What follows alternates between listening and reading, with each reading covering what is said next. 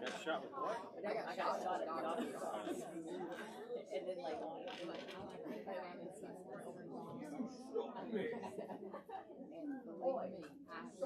believe me, I That's true. If you've never been on the holding end of that.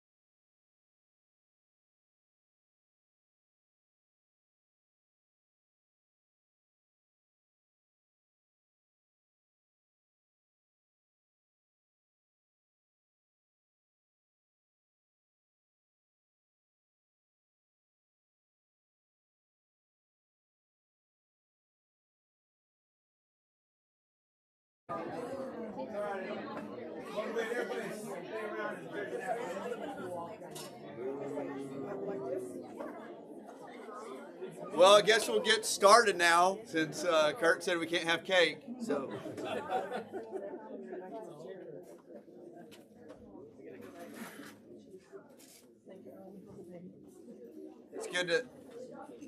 It's good to see all of you here tonight, and I really enjoy Wednesday nights. I was just talking with some people about, even when you might not feel like coming, once you're here and you came, you always are glad that you did, and so just to remember that and continue to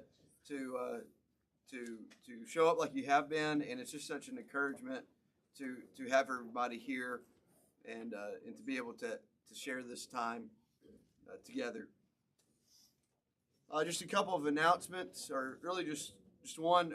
We had a good group, I thought, Sunday night, and we're going to continue on talking about our identity and how God has, from creation, has given us a purpose for life. And this Sunday evening, we're going to talk about biblical manhood. The following week after that, we're going to talk about biblical womanhood. Autumn's really interested to hear what I have to say about that. But it's kind of foundational type things for us to go over and to review, and to also challenge ourselves to what God has called us to do. And I want to continue to invite you and invite the young people out as well, because I think these are good foundational things to help you in life as you go on and you face some of the challenges. I'm going to read tonight from Titus chapter 2, and starting in verse 11, and then after that, Dexter's going to lead us in a song, as the deer, and then Brian will close us out in a prayer. But thinking about God's grace, we need to remember that God's grace is given to us for our for the purpose of our salvation, but also it's a teacher for us, and I think it's good for us to remember that we do have God's grace given to us so that we can learn, that we can learn to do better and to serve Him better, and we should be thankful for that grace that allows us to do that. Not use grace, as Paul talked about in Romans, as something to give us an excuse to keep on sinning, but rather use it as something that can teach us and that can help us to become more what God wants us to be. So Titus chapter 2 and verse 11 says, "For the grace of God has appeared, bringing salvation for all people, training us to renounce ungodliness and worldly passions, to live self-controlled, upright, and godly lives in the present age, waiting for our blessed hope and appearing of the glory of our great God and Savior Jesus Christ, who gave Himself for us to redeem us from all lawlessness and to purify for Himself a people for His own possession, who are zealous for good works." Dexter, if you'll come lead us in as the deer.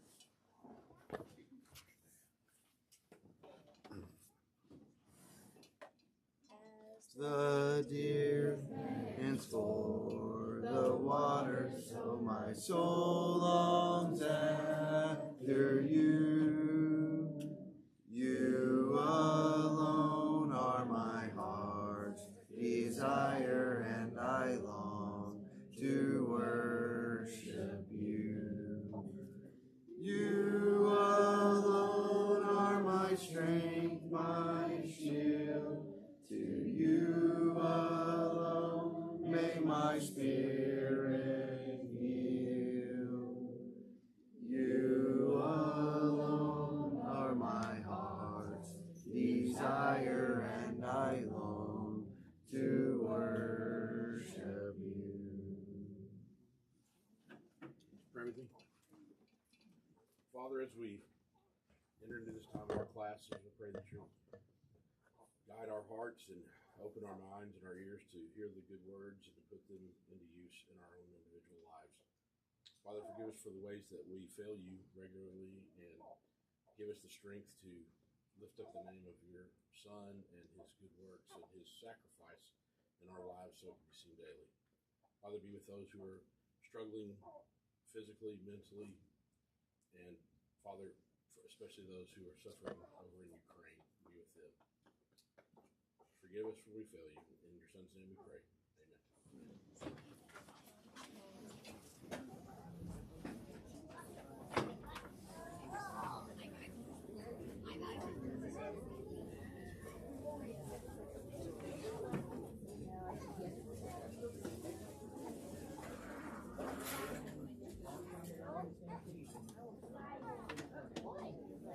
Get her back, Jay.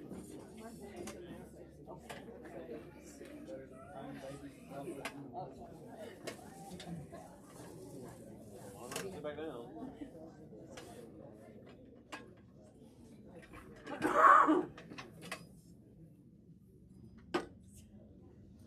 First things first. Anybody have a single key on a key ring that has a chancleta on it? A sandal of some kind on it? Okay. Yeah. Nobody down here is claiming it. Try upstairs.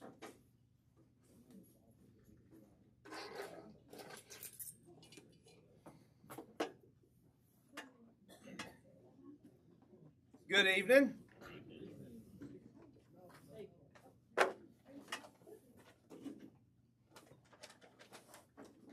And now, I started to say, while there were still some kids kind of before they'd all filtered out, I started to say in a loud voice, okay, now that the kids are all gone, we can have cake. But I decided that wasn't a good idea. Yeah, that's who's been upset.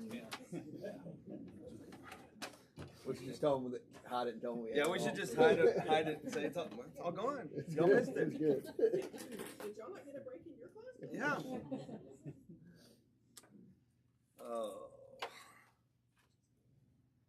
Well, we are, if I can get to my spot here.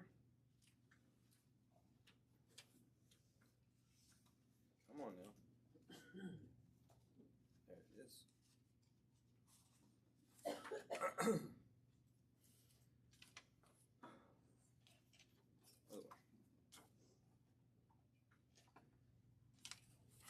We are in Genesis chapter 24. From 2 weeks ago, right? Last week, Mother Nature kept us at home.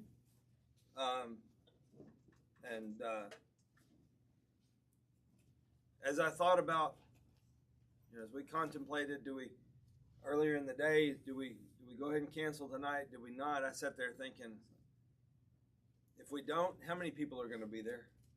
Not. There wouldn't have been many of us here, as bad as things ended up. It was just cold and nasty, really. The roads were fine. I mean, Jerry and I went to Tyler on Thursday morning. You know, it ended up being okay, but it sure looked kind of like it could have been dicey, and we didn't need people out after dark and that. But I know the Alaskan over there. The Tanzanian over there is criticizing how we handle the cold weather.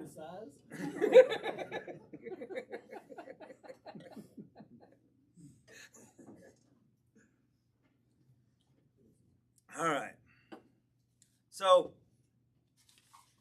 some of you know me well enough by now to know that I can be a little absent-minded, and I failed to mark where we actually ended 2 weeks ago. I think we read through the end of the chapter, didn't we? We got to 54. Thank you. You told us to pick up on 54. Okay, that's right.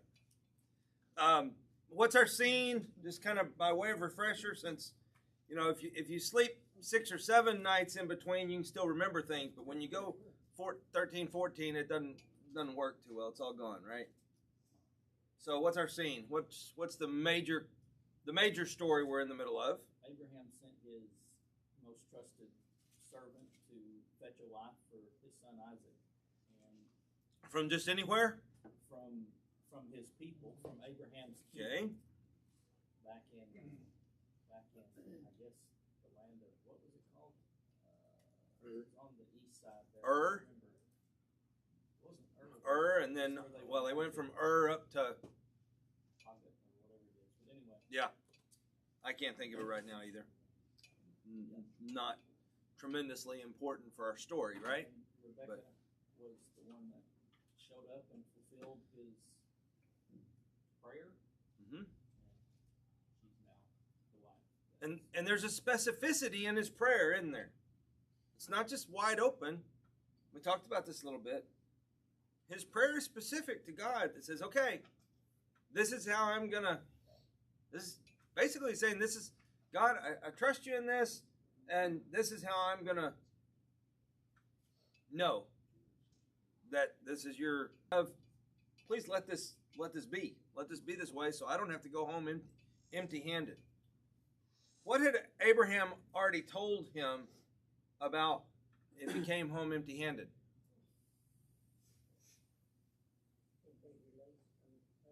Yeah, it's not his responsibility.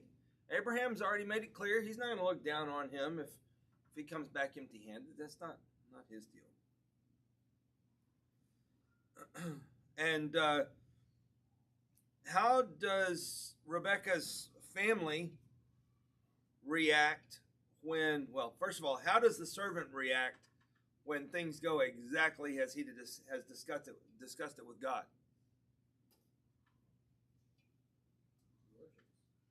Yeah.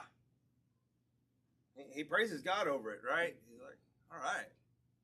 And he praises God. And then how does Rebecca's family react when they find out that sequence and how it went? And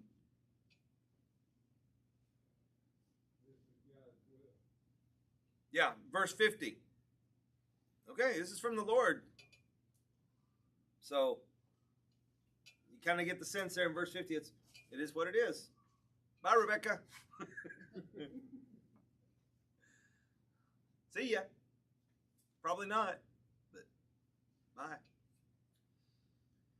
Here's Rebecca. Take her and go. Let her become the wife of your master's son, as the Lord has dictated.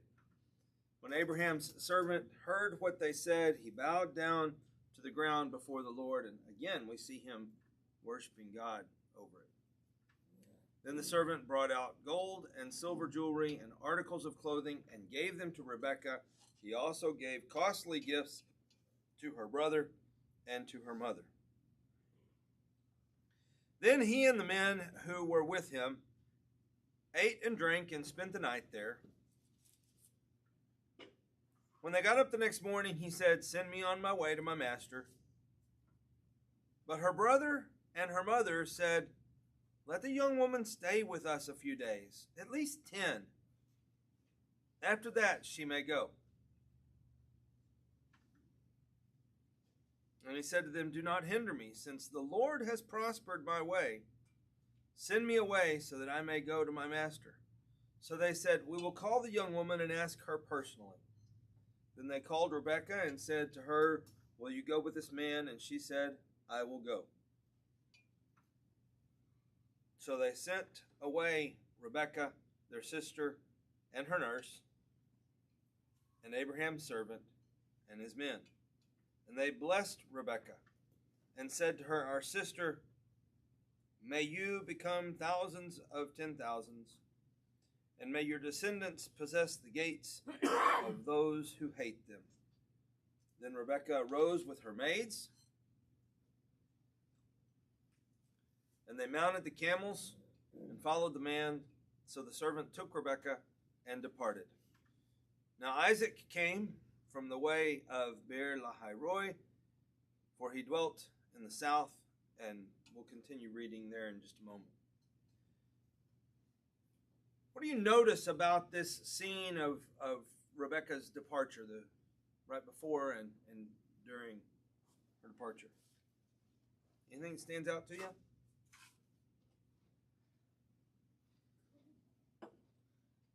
father's never mentioned. That's one thing I thought about. That, I mean, he's never. Not after verse 50, is he?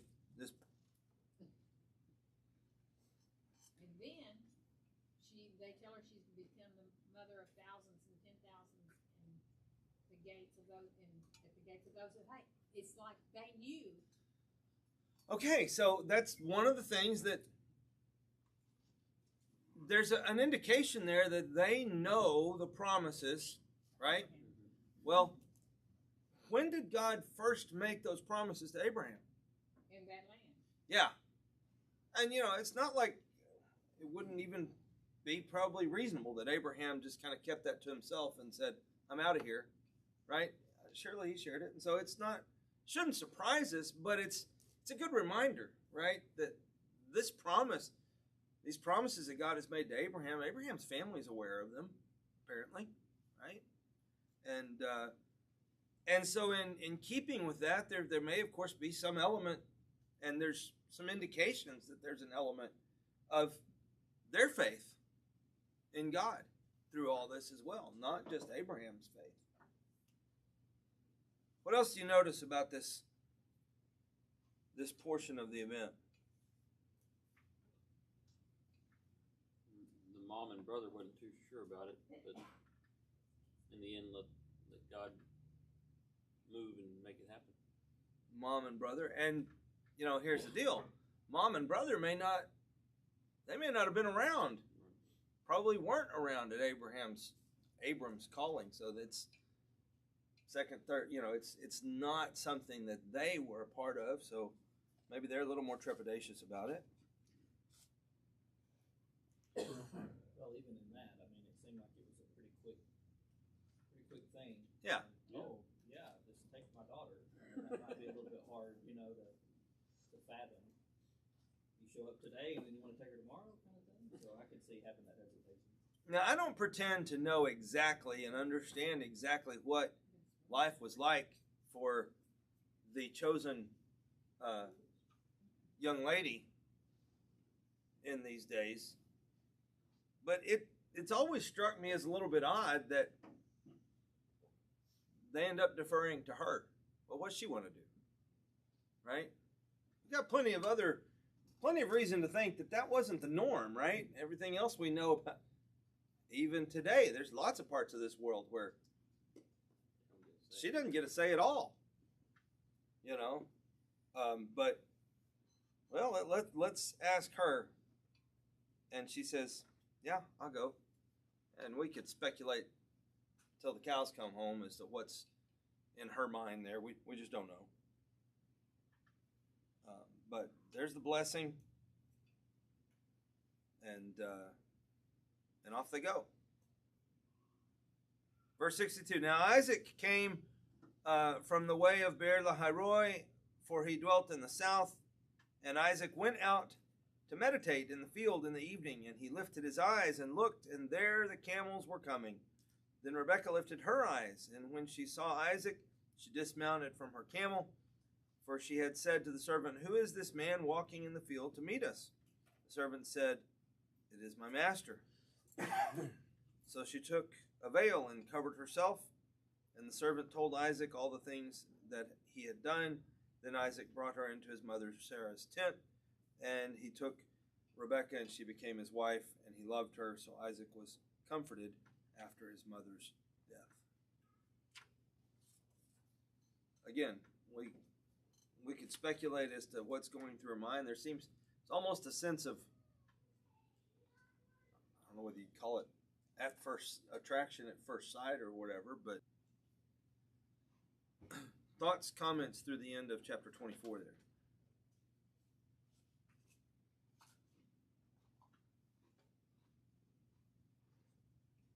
All right.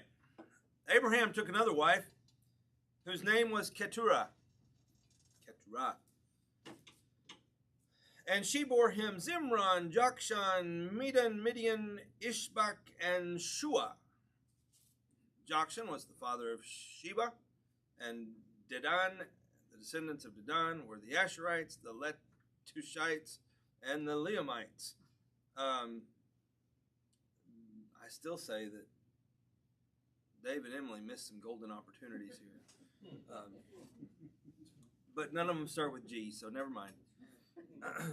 The sons of Midian were Ephah, Epher, Hanok, Abidah, Eldah, all these were descendants of Keturah. Abraham left everything he owned to Isaac. Now, why would he do that? Because he's the son of promise, right? It functions to remind us of that. He's got all these other sons, right? But Isaac is the son of promise. Maybe kind of learned that lesson after the whole Ishmael scene, right? Oh, before we go on, as we look back at the scene of going and getting Rebekah, who's our protagonist? God. And so how does that whole event fit into the larger context of Genesis teaching us about God?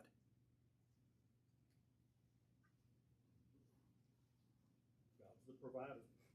God provides. It's part of him being faithful to his promise. God is faithful. A corollary to he provides is he's able, capable, powerful, right? He can make things work out.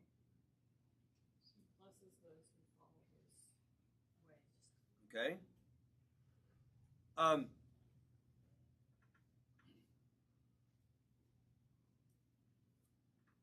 And to believe it when we say it. Sometimes when push comes to shove, it's kind of hard for us not to hedge our bets and figure out, well, how and worry about it and whatever else may go along with that. But God definitely can. Okay, now, back to 25:5. He left everything he owned, gave all that he had to Isaac. But Abraham gave gifts to the sons of the concubines which Abraham had. And while he was still living, he sent them eastward, away from Isaac, his son, to the country of the east. So there's a sense of, y'all are still my kids too, so you get some stuff, but all this land here, this is Isaac's. So y'all gonna have to go off that way somewhere and live. Can't go off the other way because you end up in the Mediterranean too soon. But, go off that way. Which incidentally is quite possibly some of the same area that Ishmael's gone to, right?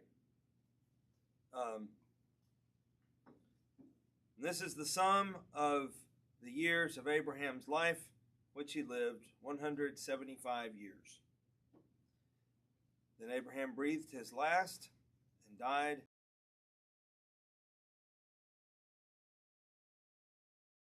And was gathered to his people.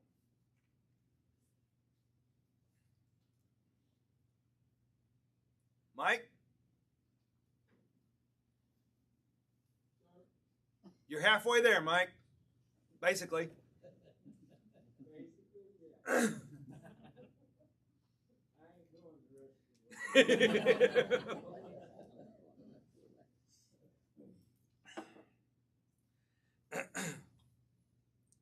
And his sons, Isaac and Ishmael. So Ishmael's not living there, right? But what happens? They buried him in the cave of Machpelah. So that's interesting to me. That there's a degree of contact, proximity or otherwise, there's a degree of contact that allows for Ishmael to be a part of this process with Isaac of burying their father. That's one of those curiosities that I want to ask if we care about these things when the time comes that we get to ask them, in that kind of way.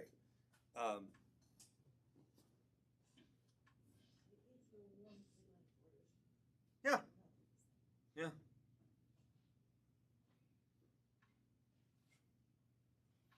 And where is that cave in which they bury Abraham? Yeah, where Sarah was, in that field, right? That's the only thing that he owns when he dies. So, what we have at that point, we've had a discussion of the rest of the progeny, and we have this reminder of Ishmael in here with Isaac and the land, and that's it. But at least Isaac has a wife now. And so, from a narrative standpoint, we can see the importance of that in the narrative. And it came to pass after the death of Abraham that God blessed his son Isaac. And Isaac dwelt at Beer-lahai-roi. Now, this is the genealogy of Ishmael, Abraham's son, whom Hagar the Egyptian, Sarah's maidservant, bore to Abraham. And these were the names of the sons of Ishmael by their names, according to their generations. The firstborn, and we're not reading them all. Jump to 16. You can read them on your own. These were the sons of Ishmael, and these were their names by their towns and their settlements, 12 princes according to their nations. 12 of them too, wasn't there? We're going to see 12 kind of play into some things later, aren't we, a few times? These were the years of the life of Ishmael, 137 years, and he breathed his last and died and was gathered to his people. His descendants settled in the area from Havilah to Shur, near the border of Egypt as you go toward Ashur, and they lived in hostility toward all their brothers. This is the genealogy of Isaac, or the records of the generations of Isaac, Abraham's son. Abraham became the father of Isaac, and Isaac was 40 years old when he took Rebekah, the daughter of Bethuel, the Aramean of Padan Aram, the sister of Laban, the Aramean, to be his wife. Now Isaac pleaded with the Lord for his wife because she was barren. Kind of a theme, isn't it? And the Lord granted his plea, and Rebekah, his wife, conceived. But the children struggled together within her, and she said, "If all is well, why am I like this?" So she went to inquire of the Lord, and the Lord said to her, 2 nations are in your womb. 2 peoples shall be separated from your body. 1 people shall be stronger than the other, and the older shall serve the younger.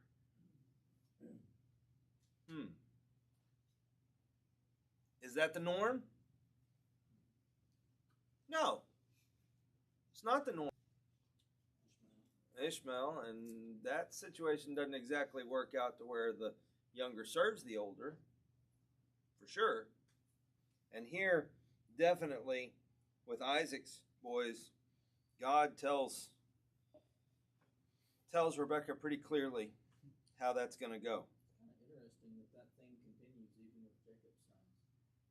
That's really interesting. I hadn't thought about that before. And how might it relate to the first shall be last, or the servant, those kinds of things in the New Testament even. There may be a mentality and mindset that needs to change, and then that actually then applies to all of the Jews in Jesus' time, because they have developed this attitude of superiority and looking down on the nations, and we see that tone. It's like King David. Jesus says that doesn't work. It doesn't work anymore.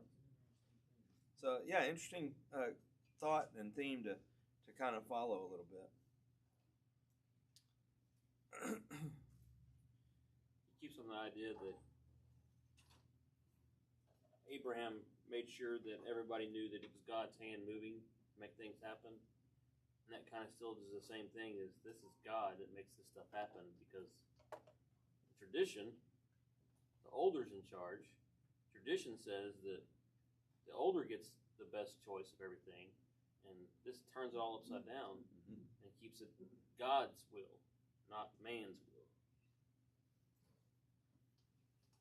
And keep this chapter 25 and verse 23, keep it in your mind as we move forward through the next little bit, because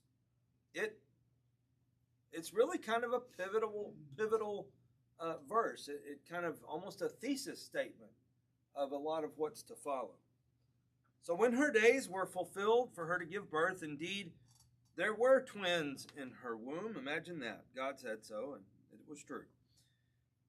Now the first came forth red, all over like a hairy garment, and they named him Esau. And we have a footnote of what Esau means.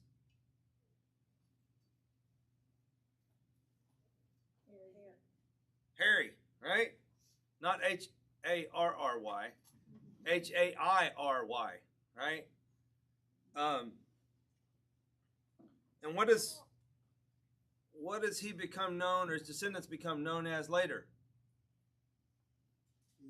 The Edomites. And what does Edom mean? Red. Yeah. So, and he's hairy, red hairy. Not to be confused with the red herring. Afterward, his brother came out. And what happened? Yeah. His hand took hold of Esau's heel, so his name was called Jacob. Anybody have any footnotes on what Jacob means? Oh, imagine that. So we ought to just call him heel grabber. But no, Jacob. We don't, you know. It also says the heel thing that says, or he cheats. He deceives, yeah. Well, it becomes, see, this is one of those things, and why you got to really kind of think through your footnotes and your little commentaries in your Bible at times. It becomes a euphemism for cheater, right? I don't know that there's any evidence for that. Later. So you're saying that the heel was grabbed enough that they actually had a phrase for that? That he who grabs the heel? No, I'm saying this event translated into it being used that way. All right, Brian. I mean, I'm just saying, for the phrase to have been he who grabs the heel. Well, if it had happened to somebody else, nobody would even know about it. But because it happens in this lineage, in this circumstance. I mean, I just didn't know if someone was another heel grabber. Jacob too. How many Jacobs do we have out here? I mean, I'm just saying, if there was already a name that meant that, or did someone say, "Hey, let's call him Jacob"? You're like, well, I guess maybe maybe that means he grabbed the heel. Or maybe that name doesn't exist prior to this point, right? Have you seen some of the other names we've read in here? Jacob is easy to say. Tell me about the heel thing. You know? Quit being a It makes heel. you think. Wonder why we can't get very far. Oh my. Isaac was 60 years old when she bore them. So the boys grew, and Esau was a skillful hunter, a man of the field. But Jacob was a mild man, dwelling in tents. In other words, he's a homebody, right? And a mama's boy. And nothing wrong with being a mama's boy, mamas. Okay? And Esau is a man's man, as we would kind of think of these things. And Isaac loved Esau. Right? Because he ate game. Right? Rebecca loved Jacob. Now, why did Rebecca love Jacob? Okay, so why was he a mama's boy?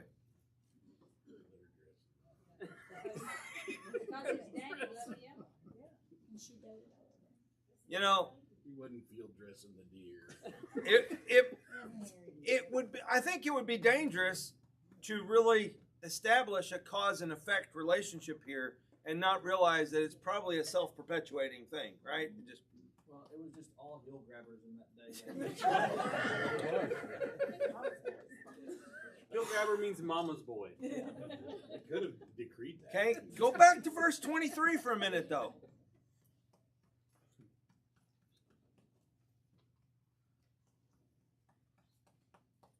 Who does the Lord say this to?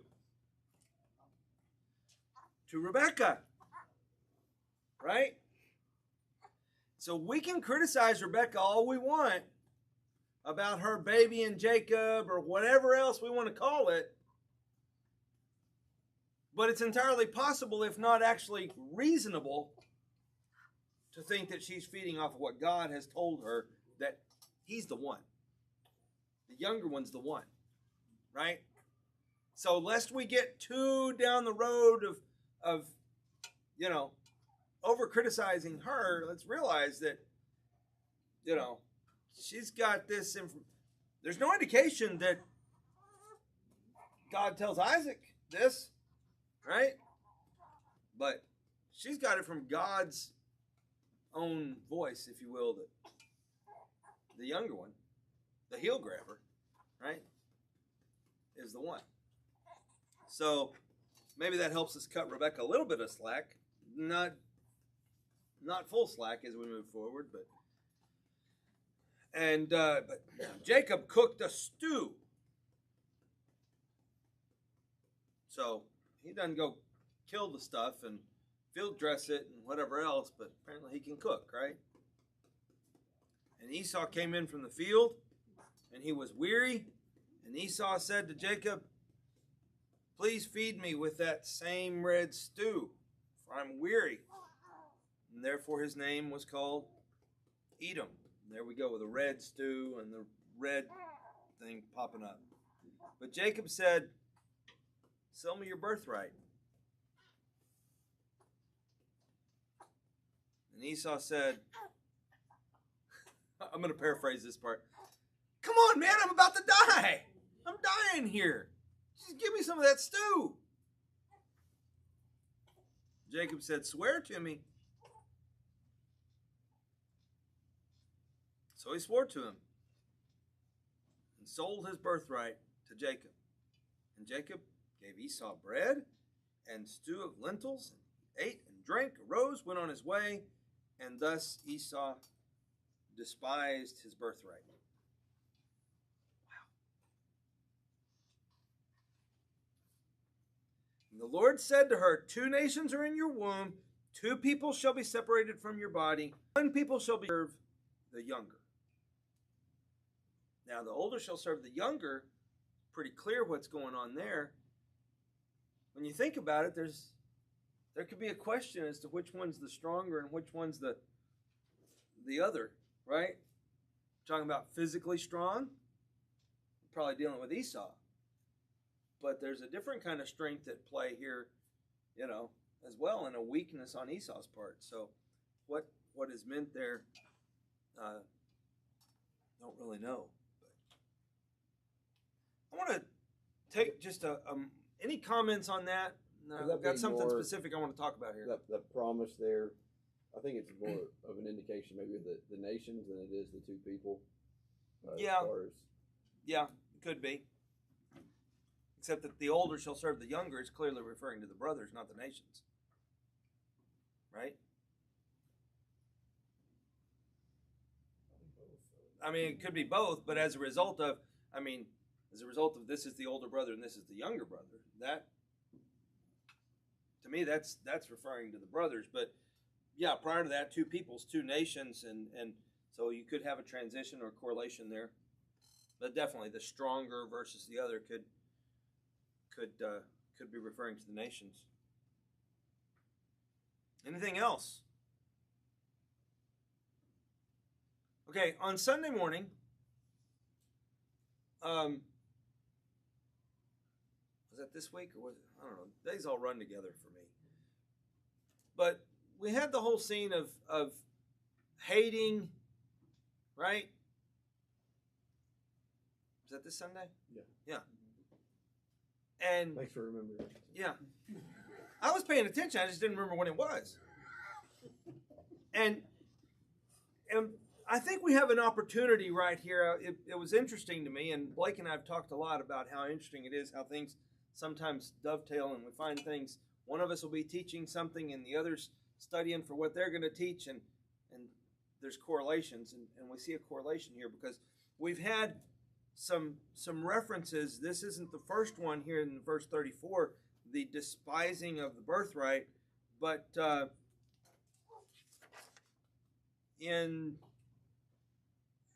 I forgot to mark it as when I saw it before, and then I forgot to mark it again when we were going through it. But there was a reference earlier tonight to hating, but not in the sense that we use hate. I think the word hate may well be a bad translation for us, right? When we're dealing with this Hebrew word, this Hebrew term, and what we're dealing with in the Greek, which is doubtless, is probably coming from Hebrew Aramaic from Jesus anyway, right? The passages that you're probably looking for, one of them is Malachi 1. Yeah. Verses 2 and 3. And then the second one is probably more significant is Romans 9, around in verse 13, because in that instance it talks about the fact that God chose Jacob, but not because of works. And then it gives that statement of, as it is written, Jacob I have loved and Esau I have hated. So when you look at that and what Paul is saying about God there, it's not hate the way we would use it, because that's a hate based on what we do, right? I hate you because you do that to me, or I love you because you do that to me. We're saying that God chose Jacob not by works at all. It was just because he had to choose one. And he chose the younger rather than the older. Yeah. Anyway, Romans 9:13. Yeah. And that all fits and applies for sure. I wish I could find, I was talking about actually right here in Genesis that we were looking at earlier this evening. There was an incident of the word hate being used kind of in that way, and I don't, it may have been that same context actually. But I've seen one definition of hate in the Hebrew sense here as to love less. yeah. And that's where I'm trying to go with this, because did Esau hate his birthright? No, but he loved the pot of stew better. He loved not starving to death as he was seeing it, at least, better, right?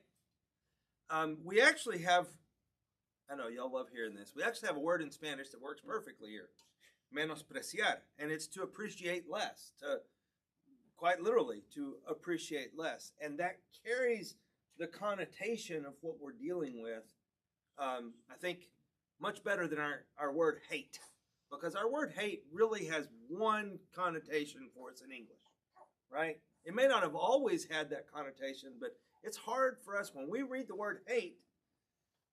It's hard for us to read it in any other way than hate, the way we think of that. So let's make sure that as we see those kinds of instances in Scripture, that we think about, there's pretty good reason to see it more as a looking down on, or a seeing as less of something. In some ways, you might think of it like a preference type situation, like, even with, I know this is maybe kind of a cheaper example, but like food or something, you might say, well, I don't prefer that food, or it's an acquired taste, or, yeah. I don't prefer cow tongue, but that doesn't mean I hate it. It just means I don't really prefer it. No, I hate it. But I think it's that there's a connotation of choice in there.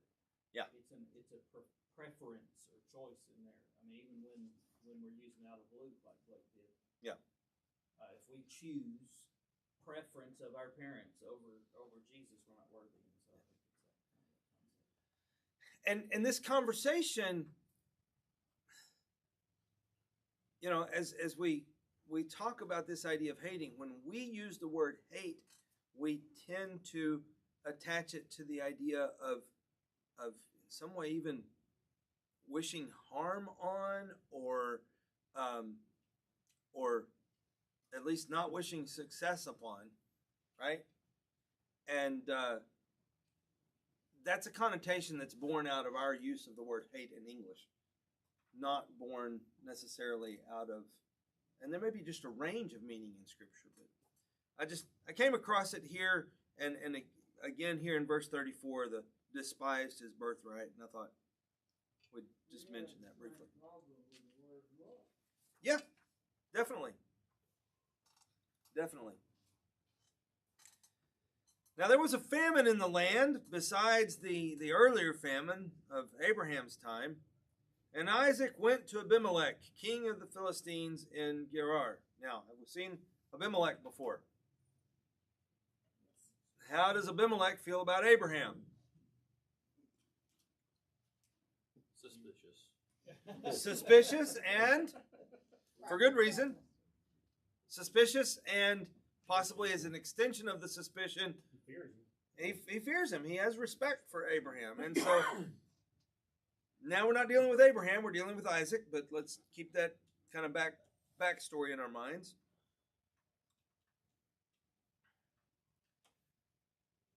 Then the Lord appeared to him and said, "Do not go down to Egypt.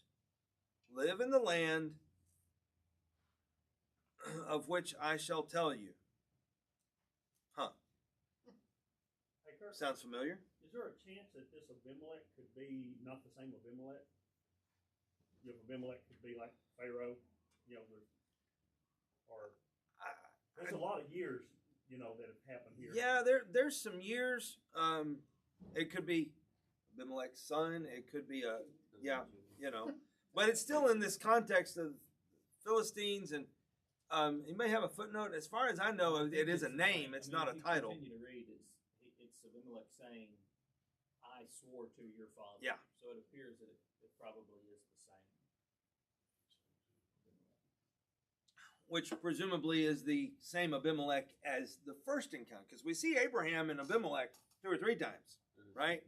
Well, often during that period of time, each king that became king took the name of Yeah. the previous king. Yeah. And their father, usually their father. So. But Abraham was old, for sure. already when Yeah. that's happening, Yeah, And so it's- Abimelech could have been, 20 years. we don't know how old he was. So at Yeah. least I don't think it says. well, and then the other thing, I'm going to be honest, I prepared through chapter 25. I haven't prepared 26 and forward yet, so we're kind of flying blind for a moment here. But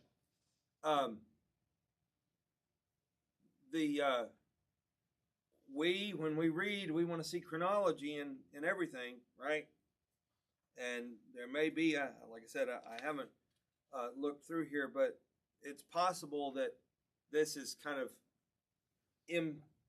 within some of the other things that we've been seeing. It's not necessarily after Jacob and Esau's birth and the selling of the birthright and everything else, which would add another, however many years in there. So we'll see that as we move forward. And actually, it's a good time for us to break anyway and kind of read ahead over the course of the next week, and just move on to our prayer.